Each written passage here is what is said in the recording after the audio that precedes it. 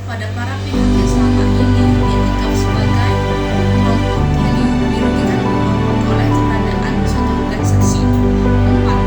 Undang-undang yang berhubungan dengan peraturan perusahaan dan sejenisnya perlu menempatkan konsep manajemen dalam kondisi yang benar-benar ideal. 5. Peranan manajemen sebagai manajer. Nah, setiap manajer di berbagai organisasi baik profit non-profit mengharuskan untuk memahami konsep manajemen secara baik dan sempurna.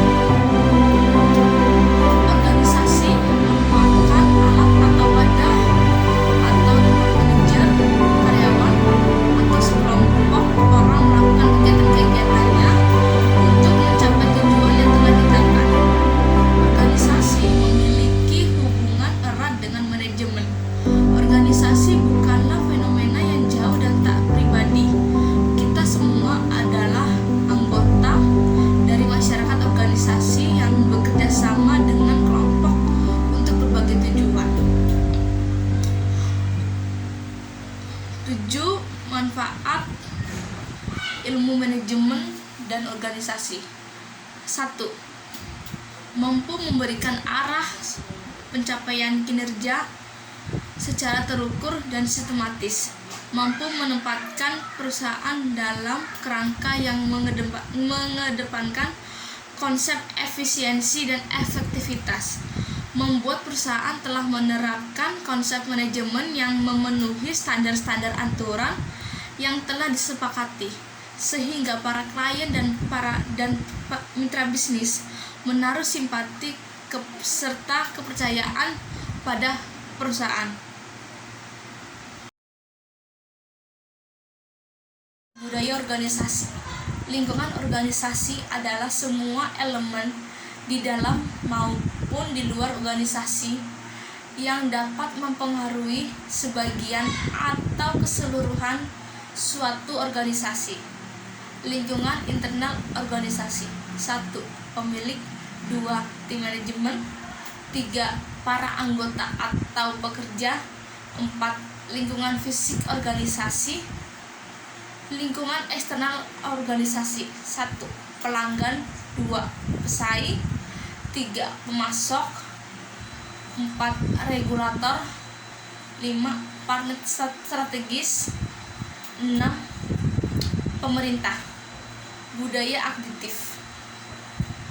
Yang pertama ada perspektif kekuatan, perspektif kekuasaan, perspektif adaptasi. Etika dan tanggung jawab sosial. Etika merupakan aturan mengenai prinsip-prinsip dan nilai-nilai moral yang mengatur perilaku seseorang atau kelompok mengenai apa yang benar dan yang salah. Penyimpangan tempat kerja. 1. Penyimpangan produksi. 2. Penyimpangan hak milik. 3. Penyimpangan politik. 4. Penyerangan pribadi. Kriteria untuk pembuatan keputusan yang etis. 1. Pendekatan manfaat. 2. Pendekatan individualisme. 3. Pendekatan hak moral. 4.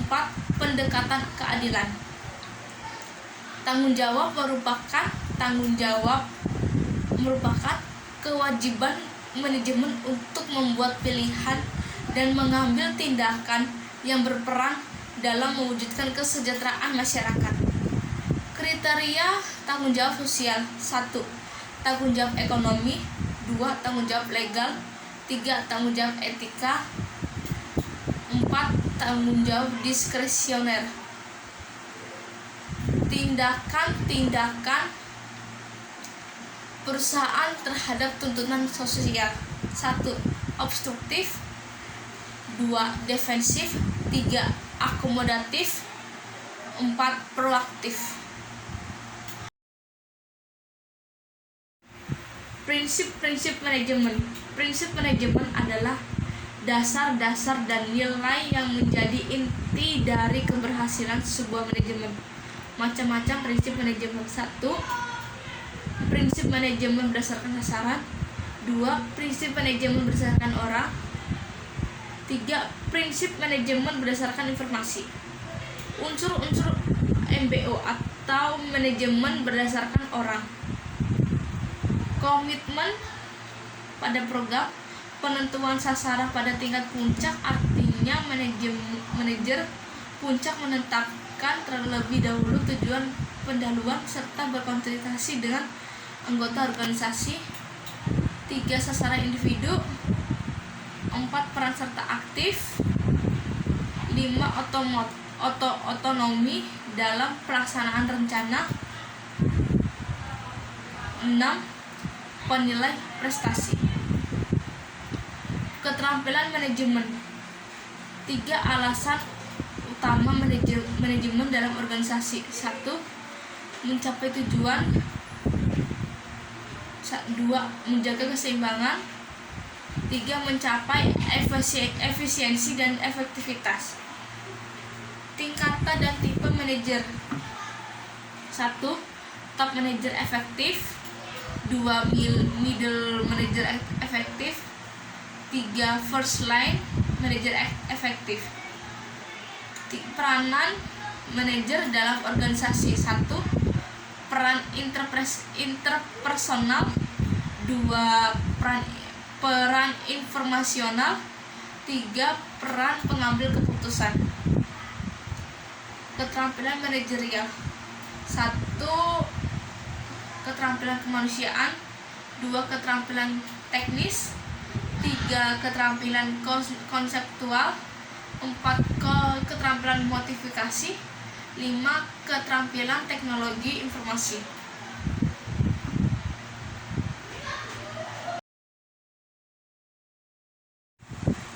Sistem dan manajemen organisasi.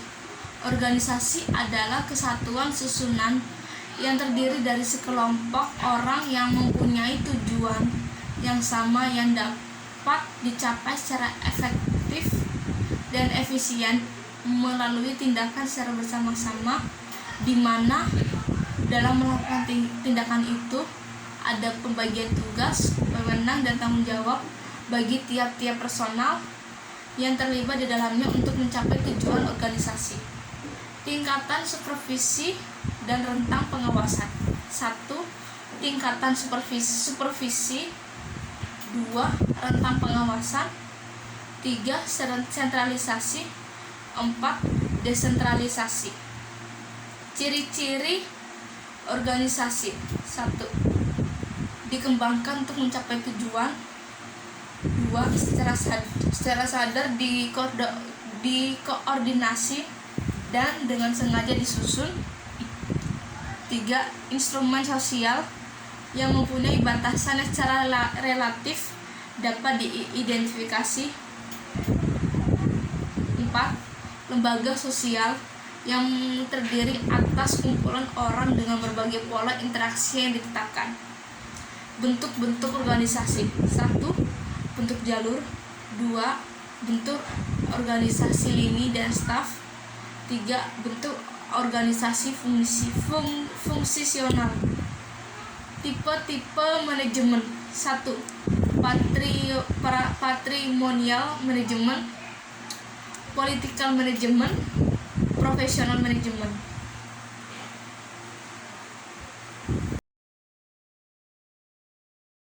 Budaya organisasi. Unsur-unsur budaya organisasi. 1. Ilmu pengetahuan. 2. Kepercayaan. 3. Seni.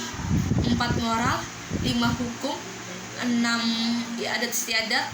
7. Perilaku atau kebiasaan masyarakat. 8. Asumsi-asumsi dasar. 9. Sistem nilai. Hal-hal yang tercakup dalam organisasi. 1. Kumpulan 2 orang atau lebih. 2. Kerjasama. 3. Tujuan bersama. 4. Sistem koordinasi kegiatan. 5. Pembagian tugas dan tanggung jawab personil. Fungsi utama budaya organisasi. 1. Sebagai batas pembeda terhadap lingkungan organisasi maupun kelompok lain. 2. Sebagai perekat bagi karyawan dalam suatu organisasi.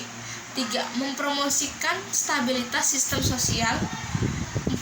Sebagai mekanisme kontrol dalam memadu dan membentuk sikap serta perilaku karyawan. 5. Sebagai integrator, Toshihiro Charlo mengatakan budaya organisasi dipengaruhi oleh 4 faktor. 1. Pengaruh umum dari luar yang luas, pengaruh dari nilai-nilai yang ada di masyarakat. 3. Faktor-faktor spesifik dari organisasi. 4. Nilai-nilai dari kondisi dominan.